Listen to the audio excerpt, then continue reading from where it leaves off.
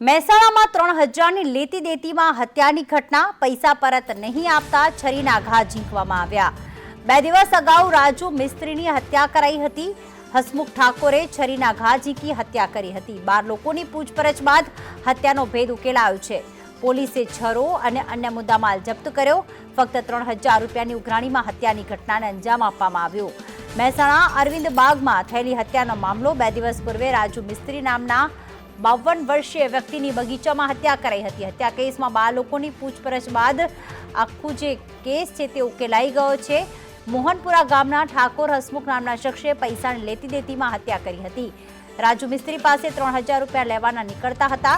પૈસા પરત નહીં આપતા છરીનો ઘા ઝીંકી તેની હત્યા કરી હતી। પોલીસે હત્યામાં વપરાયેલ છરો અને અન્ય મુદ્દામાલ કબજે કર્યો છે।